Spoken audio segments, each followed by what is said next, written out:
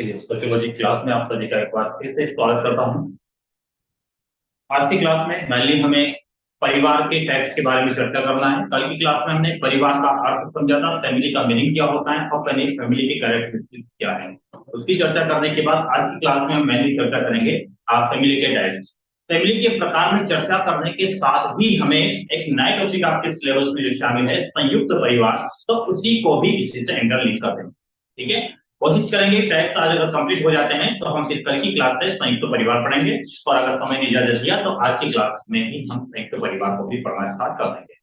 बाकी हम कोशिश तो आज हमारी रहेगी कि इसको कंप्लीट करें हम परिवार के टाइप्स को सिलेबस का स्पेशल रूप से इसको मेंशन किया गया है। ठीक है, बाकी मेरा आप लोग सभी से जितने भी आप लाइव देख रहे हैं और जितने बाद में देखें या फिर इसको यूट्यूब पर अपलोड कर दिया जाएगा, तो आप लोग से निवेदन है, ये आखिरी और पहला निवेदन मान के चलिए। ठीक है, कि जब आपको कल मैंने 2 क्वेश्चन दे दिए गए थे तो आपको क्लास के 1 घंटे पहले लिखकर बैठ जाए। ये पहली और आखिरी चेतावनी थी। नेक्स्ट क्लास में मुझे क्या करना है वो मैं आपके सामने अच्छे से कर दूँ। ठीक है, तो क्या करना है वो तो आपको नेक्स्ट क्लास में पता चल जाएगा कि क्या सर कर सकते हैं अगर आंसर राइटिंग आप नहीं भेजेंगे। ठीक है, जिन्होंने भेजा उनसे नहीं, ये मेरा मेरा ये कहना उनसे जिन्होंने मुझे आंसर राइटिंग नहीं भेजा है, वो चाहे मीडियम कोई सा हो आपका, मुझे आंसर आना चाहिए क्लास के 1 घंटे पहले। ठीक है, क्लास के 1 घंटे पहले यानी कि आपका जब 7 स्टार्ट हो जाए तो 7 से पहले आ जाना चाहिए, ताकि मैं क्लास में उसका रिव्यू भी कर सकूं। ठीक है, तो चलिए आज हम क्लास की शुरुआत करते हैं बिना समय को जाया किए, क्योंकि काफी लिमिटेड समय हमें मिलता है इसमें। ठीक है, चलिए यहाँ पर हेडिंग आएगा टाइप्स ऑफ फैमिली।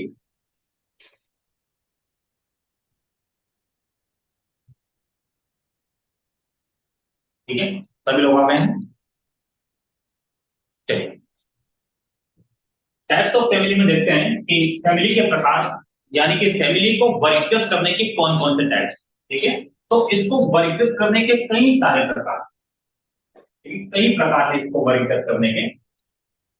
लगभग हम 6 प्रकार से इसे क्लासिफाई करेंगे, यानी कि इसके टाइप्स को क्लासिफाई करेंगे, किस बेसिस पे हम परिवार को डिवाइड करते हैं। तो सबसे पहला प्रकार होता है, यहाँ पर आप मेंशन कर सकते हैं कि सबसे पहले हम इसको डिवाइड करें तो परिवार के प्रकार में आप देखेंगे रेसिडेंस या हैबिटेट के आधार पर। रेसिडेंस यानी कि निवास स्थान, निवास स्थान के आधार पर, on the basis of residence या हैबिटेट। एक आधार पर ये हो जाएगा। एक और आधार आपका हो जाएगा रिलेशन के आधार पर, यानी कि on the basis of relation, संबंधों के आधार पर, on the basis of relation, इस आधार पर हम वर्गीकरण करेंगे। एक वर्गीकरण हो जाएगा आपका प्राधिकार के आधार पर, यानी कि अथॉरिटी के आधार पर। प्राधिकार के आधार पर, अथॉरिटी इंग्लिश वाले लिख के चलिएगा साथ, on the basis of authority, on the basis of relation, on the basis of habitat, यानी कि आप ये भी बता सकते हैं कि रेसिडेंस। ठीक है, एक होता है आपका उत्तराधिकार के आधार पर। अच्छा, उत्तराधिकार क्या बोलते हैं इसमें,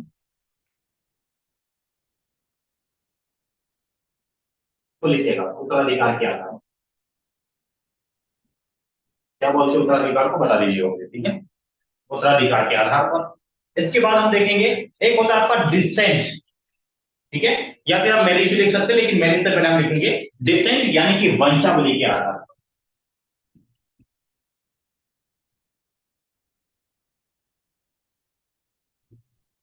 decent on the basis of decent.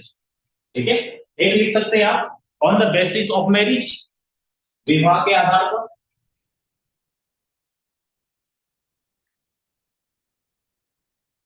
बहुत सिंपल है, इतना क्रिटिकल नहीं है। ठीक है, इतना लंबा चौड़ा आप देख रहे हैं तो इसका मतलब ये नहीं कि काफी क्रिटिकल होगा। और एक आखिरी वर्ग हो जाता है, जैसे कि इसको अपन क्लासिफाई करते हैं 1 2 3 4 5 6, तो ये हो गए। और 7 नंबर पर लिखिएगा, यहाँ पर मेंशन कर रहा हूं मैं 7 नंबर का। 7 नंबर हो जाएगा फैमिली की साइज और उसका स्ट्रक्चर। ठीक है, तो यहाँ पर हम लिखेंगे कि फैमिली की साइज कैसी है, यानी कि उसका आकार और संरचना, आकार एवं size and structure, on the basis of, on the basis of size and structure. तो ये 7 प्रकार से हम फैमिली को डिवाइड करेंगे। तो कैसे कैसे फैमिली होती है तब आप समझ जाएंगे, अपने आप को देख लीजिएगा कहां पे आप लोग। ठीक है, सबसे पहले देखते हैं हम निवास स्थान के आधार। अब निवास स्थान के आधार पर इसे हम क्लासिफाई करें तो मेनली 5 वर्गों में इसे वर्गीकृत किया जाता है। वैसे तो आपको बुक्स में 4 वर्गीकरण मिलेगा, तो मैं चारों के नाम यहां पर लिख रहा हूं। ठीक है, पहले हिंदी में लिखूंगा फिर इंग्लिश में भी लिख दूंगा। बहुत अच्छी बात है, सभी को आ रही है क्या अभी? जल्दी तो मुझे बताइए, सभी को आवाज ऐसी आ रही है? अरे ऐसे करके बोलते हैं तो कैसी आवाज आती है मुझे बताइए ना। ऐसे में कैसी आवाज आ रही है? कैमरा कनेक्ट ये नहीं हुआ क्या? एक्चुअली कैमरा नहीं हुआ, ये आ रहा है। ठीक है, क्या ऐसे में ज्यादा अच्छी आ रही है? और इसको नीचे गिरा देते हैं।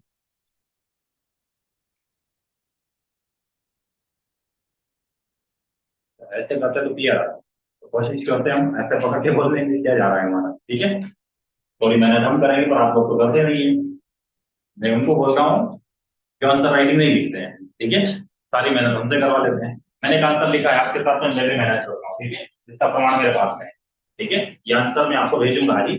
ये आंसर मैंने लिखा है। ठीक है, पूरा 10 मार्कर ये क्वेश्चन मैंने आपको भेज दिया है, इसका आंसर मैंने लिख दिया है। ठीक है, ऐसा नहीं कि बस आप लोगों से मेहनत कर रहे हैं। आंसर राइटिंग मैं भी करता हूँ, सबका आंसर आ जाएगा तब ग्रुप में मेरा आंसर शेयर होगा। ठीक है, नहीं तो फिर मैं देखूंगा फिर आगे कौन आंसर राइटिंग नहीं करता, उनके लिए है हमारे पास में देख सकता है।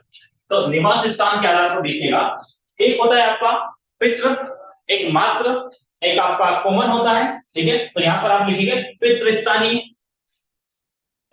इंग्लिश वाले को बता दूंगा मैं, अभी सुनते रहिए। मातृ मातृ स्थानीय। ठीक है, एक हो जाएगा आपका द्विस्थानीय और नवस्थानीय।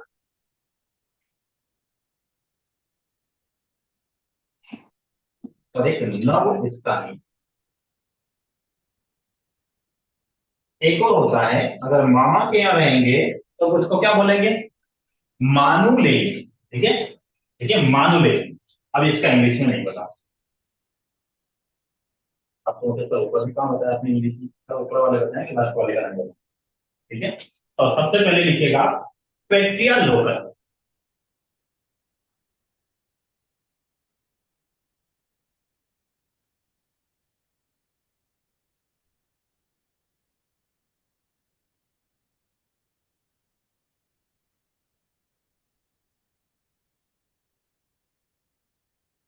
ठीक है, matrilocal, bilocal, neolocal, neolocal. मामा को क्या बोलते हैं इंग्लिश में? क्या बोलते हैं मामा को? ब्रदर इन लॉ बोलते हैं क्या? क्या बोलते हैं आप लोग बताइए मुझे। मामा को क्या बोलते हैं? मम्मी के भाई को कि मॉम्स ब्रदर अंकल बोलते हैं, मामा को भी अंकल बोलते हैं क्या पता। तो ये अंकल लोकल बोल दीजिएगा इसको। Maternal, maternal uncle.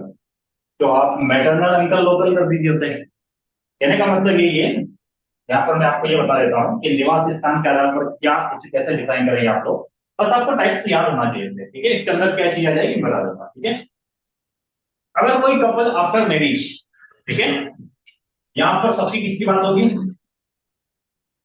कपल की बात हो रही है। और कैसे? After marriage.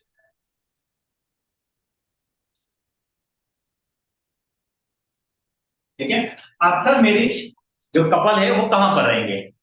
अगर वो रहे कहां पर? अगर गर्ल्स, ठीक है, मतलब यानी कि वधु।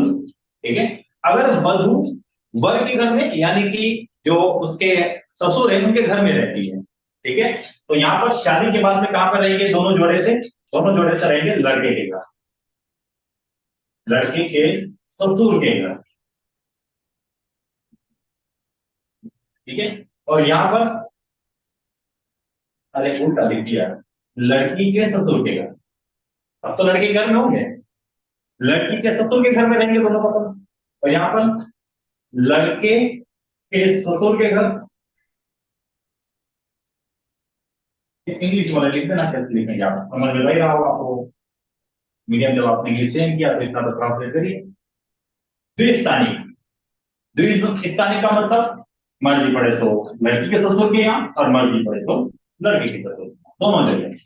यानी कि आपका पेट्रियोकल और मेट्रियोकल दोनों है। पेट्रिलोकल प्लस मैट्रिलोकल, दोनों जगह, कुछ समय यहां पर और कुछ समय यहां पर। अच्छा मुझे बताइए, किसी जनजाति में इस प्रथा को क्या बोला जाता है जब लड़का ससुर के यहाँ है? ठीक है, दो नाम आपने सुना होगा, एक लामा नाई और एक लमसेना विवाह।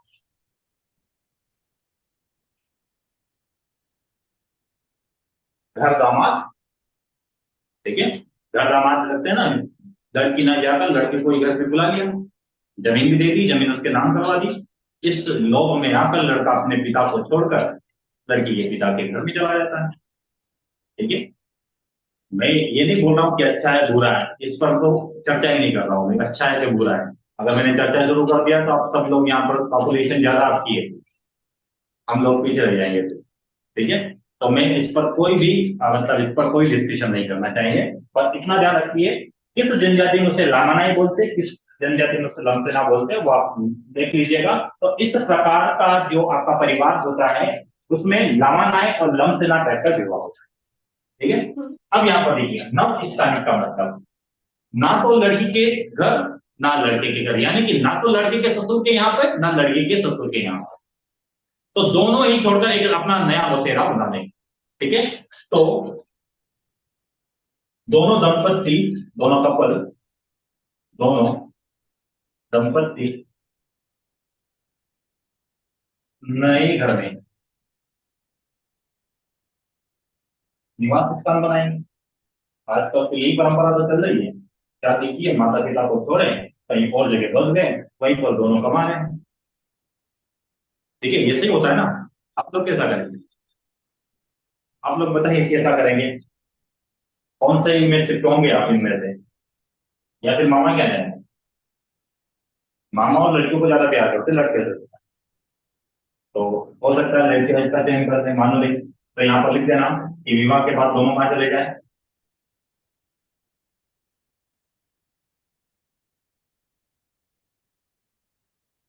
होता है ऐसा, ठीक है, कहीं घरों में होता है ऐसा। जैसे कि बोलते हैं ना, आज मतलब जो भानेज होती है उनका विवाह कर देते हैं, भानेज को फिर हो सकता है कि या तो लड़का अपने मामा के यहाँ ले जाए, लड़की अपने मामा के यहाँ। ठीक है, देखते हैं किसका पावर ज्यादा है, कौन किधर पीछे चला जाए।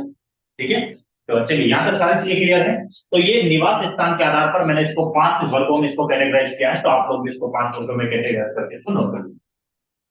जल्दी से नोट कीजिए, टिप्स करो। यहाँ पर सबने मौन धारण कर रखा है, कोई कुछ नहीं हो रहा। कई सारे मैसेज रखे हैं आपके।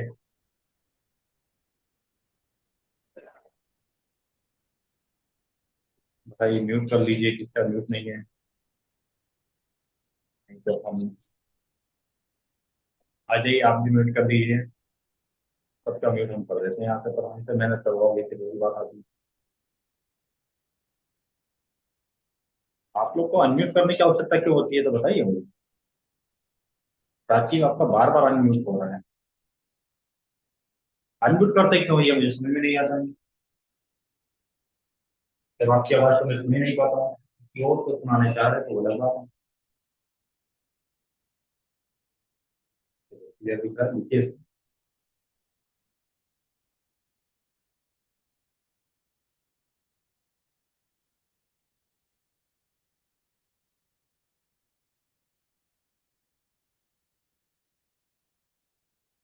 नोट कर लिया होगा इसे, आगे बढ़कर संबंधों के आधार पर इसको क्लासिफाई करें।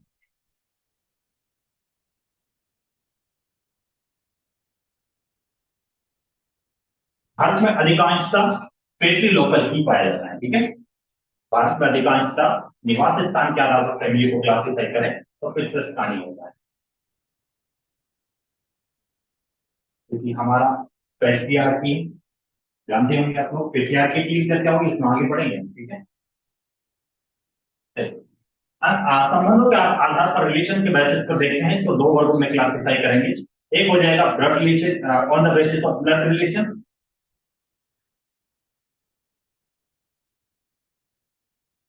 और एक हो जाएगा मैरिज रिलेशन,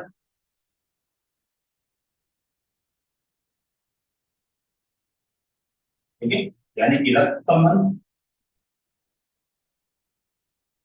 और एक हो जाएगा आपका विवाह संबंध। जब ब्लड रिलेशन वाला परिवार होता है, ध्यान रखना, आपसे कहा जाए कि ब्लड रिलेशन फैमिलीज की क्या विशेषता है, तो ब्लड रिलेशन की फैमिली में ध्यान रखना है यहाँ पर दो या दो से अधिक, टू या मोर देन टू, दो से अधिक दंपत्ति एक घर में रहते हैं।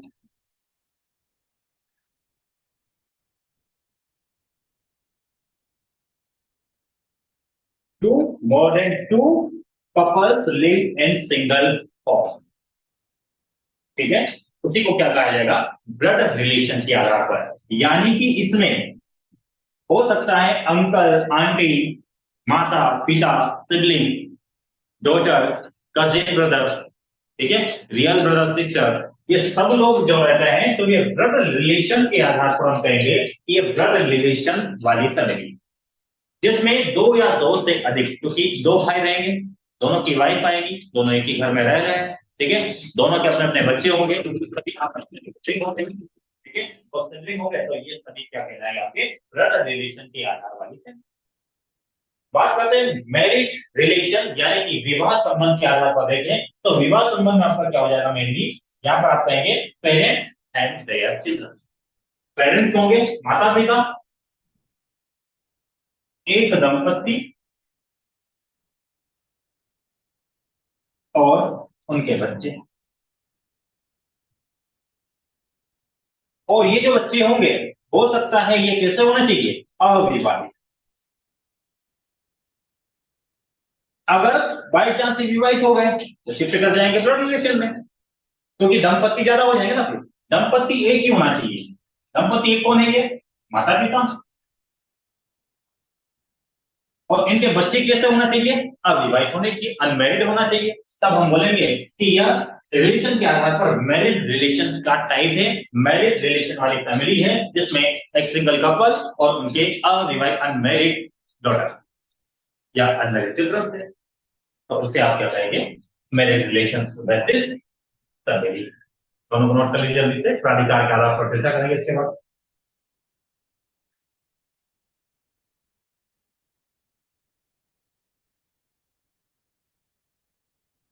चलिए नोट, बड़े आगे। अब हम देखेंगे प्राधिकार के आधार पर, तो प्राधिकार के आधार पर पेट्रियार्कल और मैट्रियार्कल,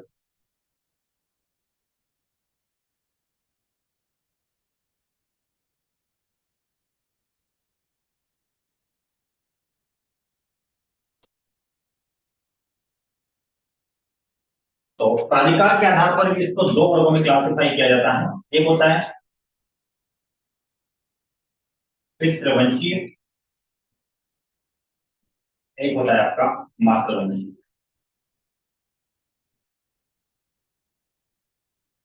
ठीक है। पेट्रियार्कल, ठीक है, पेट्रियार्कल लिख सकते हैं आप, और एक मैट्रियार्कल,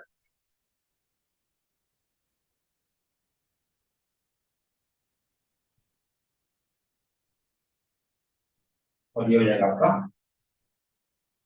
मैट्रियार्कल। अब सिंपल चीज है, आपने सुना होगा सातवाहन वंश का नाम पढ़ा आपने हिस्ट्री में, सातवाहन, जैसे कि शुंग का नमक सातवाहन वंश के बारे में पढ़ते हैं, ये राजपूत डायनेस्टी के अंतर्गत या ब्राह्मण डायनेस्टी के अंतर्गत आते हैं, कि तीनों वंशों को पढ़ते हैं वहां पर। तो तीनों वंशों में जो अंतिम वंश होता है आपका, जो साउथ में होता है मेनली, तो साउथ में होता है आपका जिसे बोला जाता है सातवाहन वंश। और उस सातवाहन वंश के शासकों का नाम आप पढ़ेंगे तो उनके नाम के आगे उनकी माँ का नाम होगा, ठीक है, जैसे कि गौतमी पुत्र सातकर्णी, होता था ऐसे। तो गौतमी क्या है, उनकी माता का नाम है, तो वो कैसी है, मेट्रियार्कल है। तो जो भी परिवार इस वंश के नाम से आगे बढ़ते हैं, उसी आधार पर उसको उस वर्ग में क्लासिफाई कर दिया। क्लियर है। तो पितृवंशी यानी कि पेट्रियार्कल की बात करें तो पितृवंशी यानी कि उस वंश को आगे बढ़ाने का काम कौन करेंगे, जेंट्स करेंगे। यानी कि यहाँ पर पुरुष वर्ग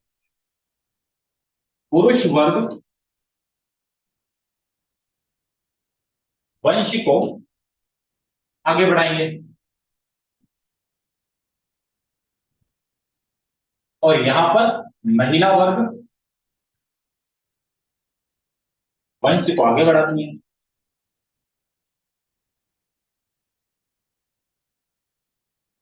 अब इस बेसिस पर आपने बता दिया पेट्रियार्कल और मेट्रियार्कल। तो और तो लीजिए, इसके बाद वंशावली के आधार पर देखेंगे। इसके बाद एक को होता है आपका उत्तराधिकार के आधार पर, और उसकी चर्चा में बाद में बताऊंगा क्योंकि उसका कंटेंट अभी मुझे नहीं मिल पाया। अगर आपको पता है तो बताइएगा। एक मिताक्षरा होती है, एक दाया भाग होती है। यहाँ पर नाम मेंशन जरूर करूंगा मैं। ये जो उत्तराधिकार है उसमें दो टाइप की फैमिली होती है। अभी मैं इसके बारे में चर्चा नहीं करूंगा, अगर आपको पता है तो बता दीजिए। मिताक्षरा और दाया भाग, इंग्लिश हिंदी दोनों में ऐसे हिंदी जगह देना। मिताक्षरा और दाया भाग, दो टाइप की फैमिली है।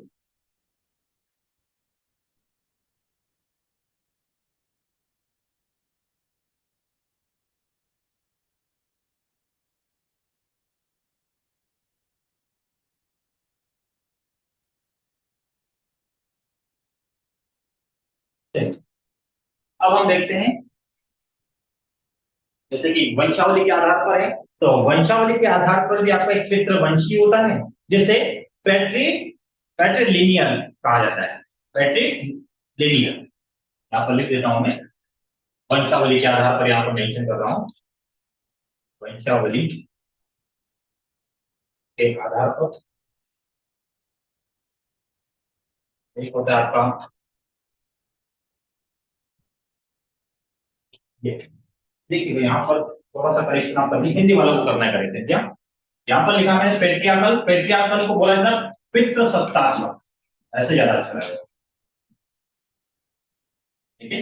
और मातृ सत्तात्मक जैसे लिखिए, मातृ सत्तात्मक, क्योंकि आपको जब मैं उधर लिखूंगा तो आपको एक जैसे नाम मिलेंगे। यहाँ पर लिखना आपको मातृवंशी, और एक हो जाएगा आपका पितृवंशी। मातृवंशी और पितृवंशी, यहाँ पर क्या लिखेंगे, पैट्रिक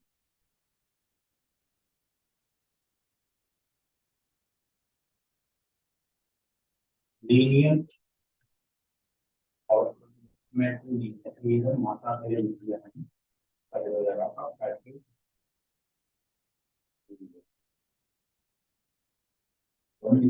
मातृवंशी और पितृवंशी। यहाँ पुरुष वर्ग सत्ता को आगे बढ़ाते हैं, वंश को नहीं, सत्ता को आगे बढ़ाएंगे, और वहां पर वंश कर दीजिएगा, सत्ता को आगे बढ़ाएंगे, यहाँ पर वंश को आगे बढ़ाने का काम करेंगे वंशावली के आधार पर। बस नाम आपको बताना चाहिए।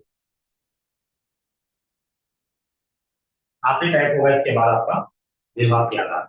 घर दिख रहा है आप लोगों को, क्लियर हो गया।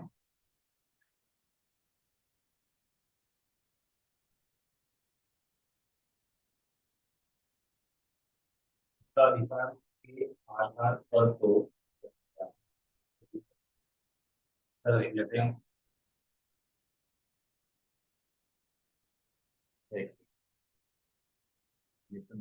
उत्तराधिकार के आधार पर तो पितृमार्गीय, मातृमार्गीय, उत्तराधिकार।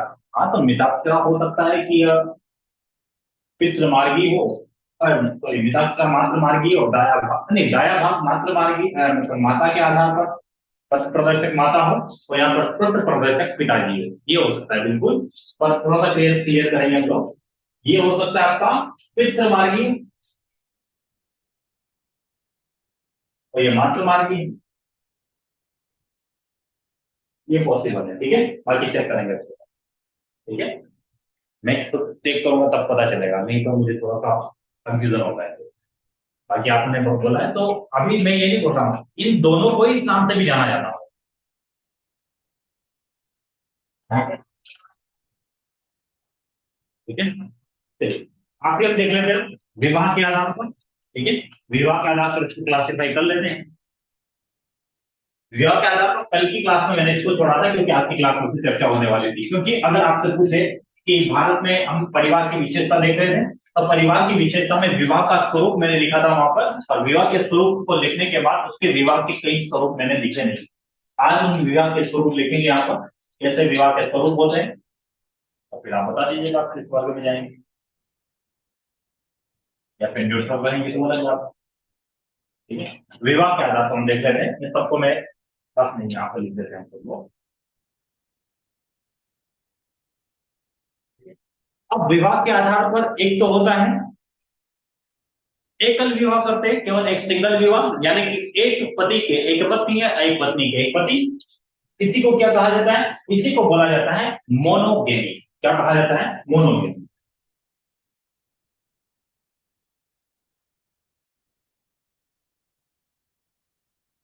यानी कि एकल विवाह। ठीक है, मोनोगेमी एकल विवाह, जिसमें एक पति पत्नी हो आपस में विवाह करते हैं। ठीक है, और इसके बाद एक हो जाता है आपका बहुविवाह, जिसे आप बोलेंगे पोलीगेमी। ठीक है,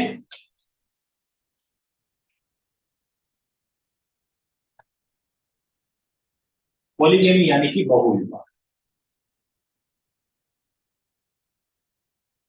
अब एक चीज ध्यान रखना, ये पोलीगेमी को आप दो वर्गों में वर्गीकृत, ये बहुविवाह किस आधार पर है, एक पति के दो या दो से अधिक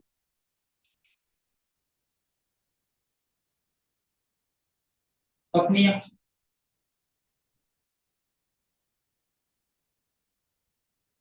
ठीक है, एक हस्बैंड के more than two wife, two या मोर देन टू वाइफ होगी तो उसे हम कहेंगे पोलीगेमी, मैरिज। और इसके बाद अगर बहुपति विवाह की बात करें तो पोली एंड्री बोला जाता है, पोली एंड्री।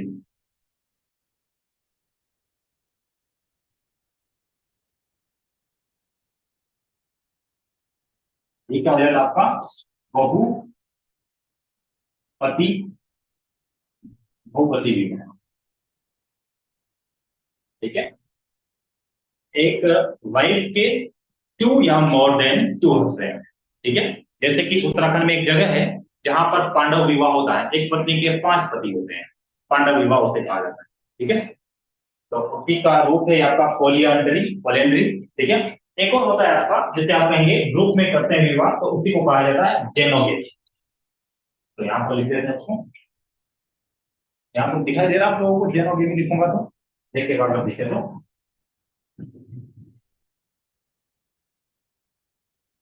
जेनोगेमी दिख रहा है आपको, ठीक है। तो जेनोगेमी में आप क्या लिख देंगे इसमें, कि जेनोगेमी का मतलब होता है आपका समूह विवाह। समूह विवाह को क्या बोला जाएगा आपका, जेनोगेमी।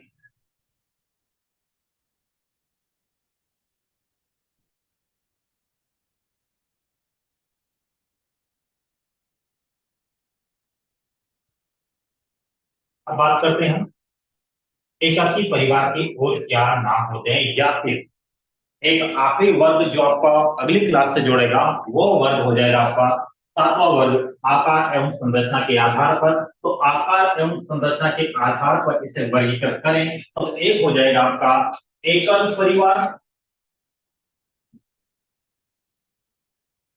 और संयुक्त परिवार।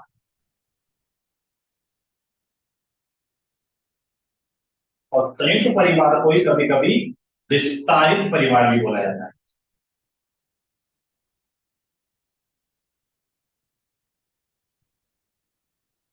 जब एकल परिवार की बात करते हैं तो एकल परिवार में जो कि मैंने बात की थी संबंधों के आधार पर, ब्लड रिलेशन और मैरिज रिलेशन, तो यह एकल परिवार आपका मैरिज रिलेशन के जैसा ही है।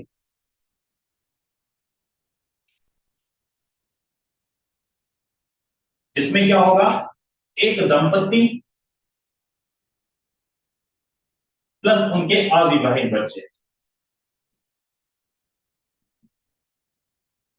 ठीक है। जबकि संयुक्त परिवार में क्या होगा, तीन या तीन से अधिक पीढ़ियां, थ्री या more then three generation member live together in single house.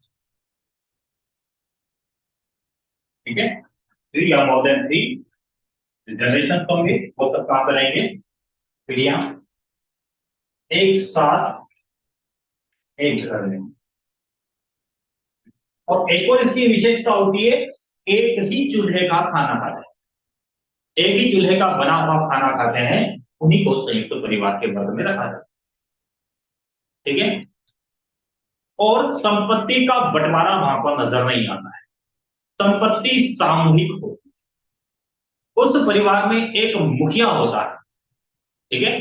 फिर हम देखेंगे आज वर्तमान में परिवार का बदलता स्वरूप नजर आता है, तो उसकी भी चर्चा हम करेंगे। ठीक है। तो अभी आपके क्लास में लगभग 7 से 8 मिनट बचे हुए, उसकी चर्चा मैं कर लूंगा। इसको जल्दी से नोट कर लीजिए, एकल परिवार या संयुक्त परिवार। एकल परिवार का एक और नाम होता है जिसे बोला जाता है न्यूक्लियर फैमिली, इंग्लिश में इसे आप बोल सकते हैं न्यूक्लियर फैमिली,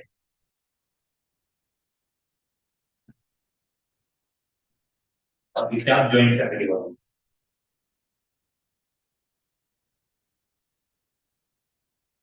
या फिर इसका एक और नाम हुआ एक्सटेंडेड, यानी कि आप विस्तारित फैमिली का बोलना चाहें तो बोल सकते हैं।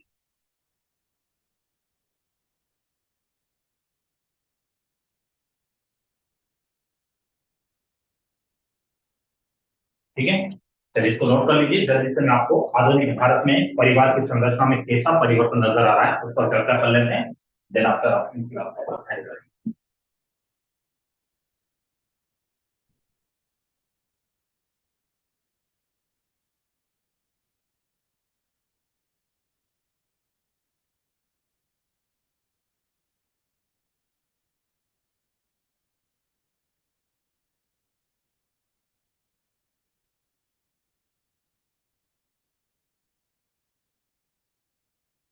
हेडिंग डालिएगा आप लोग जिन्होंने लिख दिया है कि आधुनिक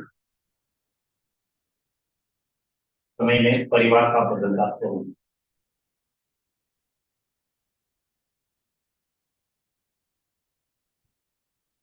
सबसे बड़ी बात तो आपको ये दिखाई देती है कि बदलते समाज में अगर परिवार का स्वरूप बदल रहा है तो उसमें सबसे बड़ी भूमिका दिखाई देगी महिलाओं की।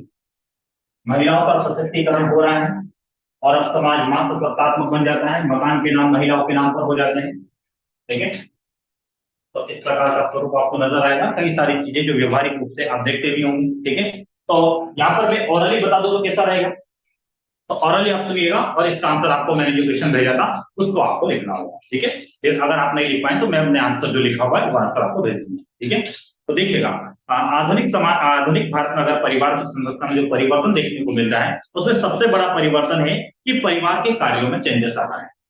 परिवार के कार्यों में चेंजेस कैसे, जैसे कि पहले घर में ही कटाई बुनाई करके कपड़े बना लिया करते थे, और अब क्या किस पर डिपेंड हो रहे हैं, अब रेडीमेड कपड़ा लेकर आ रहे हैं। तो डिपेंडेंस चेंज हो गई, पहले घर पर सिल लिया करते थे कपड़े, अब क्या रेडीमेड कपड़े आ रहे हैं। तो कार्यों में परिवर्तन हुआ कि नहीं हुआ, एक तो ये हो सकता है। जैसे कि आप देखेंगे घर में कटिंग हो जाती थी, मतलब घर में कटिंग का मतलब घर में कटिंग के लिए आ जाते थे, अब कई सारी कटिंग की दुकानें हो गई, दर्जी कई सारे हो गए। कपड़े घर पे धुल लिया करते थे, अब वॉशिंग मशीन ने ले लिया उसका स्थान, या फिर धोबी ने स्थान ले लिया उसका। तो इस प्रकार से आप देखेंगे तो पहला पॉइंट क्या हो जाएगा आपका कि किस प्रकार से समाज में परिवर्तन हो रहा है, तो वर्क में चेंजेस आ रहा है, फैमिली के वर्किंग चेंजेस चेंजेस देखने को मिल रहा है। दूसरा आप देखेंगे कि परिवार की साइज में भी चेंजेस आ रहा है, क्योंकि पहले ज्वाइंट फैमिली हुआ करती थी, अब क्या हो गया न्यूक्लियर फैमिली की ओर बढ़ गए आगे। तो न्यूक्लियर फैमिली की ओर आगे क्यों बढ़े, क्योंकि यहाँ पर महिलाओं की स्वतंत्रता बाधित हो रही थी। महिलाएं अपना विचार व्यक्त करने में असमर्थ थी। संयुक्त परिवार में मौका ही नहीं मिलता है बात करने का, हस्बैंड से बात करने का मौका नहीं मिल पा रहा है। तो वैसी स्थिति में महिलाएं दबी कुचली रहती थी। तो इसलिए उस संयुक्त परिवार का स्थान किसने ले लिया है, न्यूक्लियर फैमिली ने। इस वजह से परिवार की फैमिली की साइज है वो डिक्रीज हो गई है, अब केवल मैरिज रिलेशन के आधार पर फैमिली निर्मित हो रही है। ठीक है। तो ये आप बता सकते हैं। क्योंकि एक और काम ये एक और चीज ये बता सकते हैं, फैमिली में मेंबर्स की संख्या भी कम हो रही है। कम होने का कारण क्यों है? क्योंकि अब जागरूकता बढ़ गई है, परिवार नियोजन की चीजें चल रही है। और दूसरा आप ये बता सकते हैं कि अब महिला भी जागरूक हो गई कि जनसंख्या दबाव कितना दुष्प्रभावी हो सकता है। जो आप पॉपुलेशन प्रेशर देखते हैं, तो पॉपुलेशन ये जनसंख्या दबाव होता है कितना हानिकारक भी हो सकता है। तो इसकी समझ परिवार के अंदर आ रही है, जिसके कारण अब हमारे दो वाला कॉन्सेप्ट चल रहा है, जिससे कि परिवार की साइज भी कम हो रही है। तीसरा बिंदु हम देखेंगे कि परिवार के सहयोग के आधार में चेंजेस आ रहा है। ये नेगेटिव सेंस में आप बोल सकते हैं कि आधुनिक समाज में किस प्रकार का आधुनिक परिवार में किस प्रकार का चेंजेस दिखा है। तो पहला कि नकारात्मक आप क्या बता सकते, अभी तक तो पॉजिटिव हमने देखा है। नकारात्मक आप क्या देखेंगे, सहयोग की जो भावना होती है, तो वो कॉपरेशन की जो भावना होती है वो कम हो रही है। ज्वाइंट फैमिली में क्या होता है, अब जैसे कि किसी को फैमिली में, ईश्वर ना करे कभी ऐसा कभी किसी के साथ हो, किसी की एक किडनी काम करना बंद कर दी, किसी की किडनी ही एक थी और किसी की किडनी काम करना बंद कर दी है, और उसी फैमिली का कोई मेंबर अपनी किडनी दान कर देता था उसके लिए। लेकिन अब सिंगल फैमिली का कॉन्सेप्ट आ गया, तो वह जो ब्लड रिलेशन वाली फैमिली है वह भी इस ऐसा करने को सोचेगी। यहां पर सहयोग की भावना नजर नहीं आई। तो ये चीजें हो गई है कि अब परिवार के जो फैमिली में चेंजेस आ रहा है, एक चेंजेस ये हो सकता है कि अब जो कॉपरेशन की जो इमोशंस होते हैं उसकी कमी देखने को मिल रही है। पांचवा बिंदु क्या हो सकता है, हस्बैंड वाइफ के हस्बैंड वाइफ का मनोविचार भी बदल रहा है, या फिर आप बोल सकते हैं इनके रिलेशन में भी चेंजेस आ रहा है। क्योंकि अब यहाँ पर जेंट्स और लेडीज या कि हस्बैंड वाइफ दोनों में ही क्या हो रहा है, दोनों की समानता देखी जा रही है। अब घर के नाम भी किसी स्त्री के नाम पर हो जाते हैं। ठीक है। अब मुख्यमंत्री जी ने तो लाडली बहना योजना चलाई है, तो जिससे कि महिला के खाते में 1250 रुपए आ रहे हैं, तो 1250 आ रहे हैं, यानी कि उनका भी तो महत्व होता है, उनकी भी पूछ परख रहेगी अब, क्योंकि महीने के पैसा दे रही हूँ। ठीक है। फिर आप देखेंगे ब्लड ब्लड रिलेशन के महत्व में कमी आ रही है, तो मैंने आपको बता ही दिया है। विवाह और यौन संबंध में भी परिवर्तन देखने को मिल रहा है, विवाह का स्वरूप भी चेंज हो रहा है। भक्कर शादी कर लेते हैं, ठीक है, पलायनी विवाह से बोला जा सकता है, पहले विवाह करता था और अब इसका स्वरूप कुछ नया दिखाई दे रहा है। ठीक है। तो ये बदलते प्रतिमान है, और इस बदलते प्रतिमान के लिए चार प्रमुख कारक उत्तरदायी हैं। चार कारक लास्ट में आप क्या बता सकते हैं कि ये जो समाज में चेंजेस आ रहा है, इसके लिए सबसे पहला है कि विवाह के स्वरूप में परिवर्तन हो रहा है, महिलाओं की आर्थिक भागीदारी बढ़ रही है, और ये बता सकते हैं धार्मिक आधार में कमी आ रही है, और फाइनली आप बता देंगे आखिरी कि समाज के कारण या सामाजिक कारण भी इसके लिए जिम्मेदार है, जो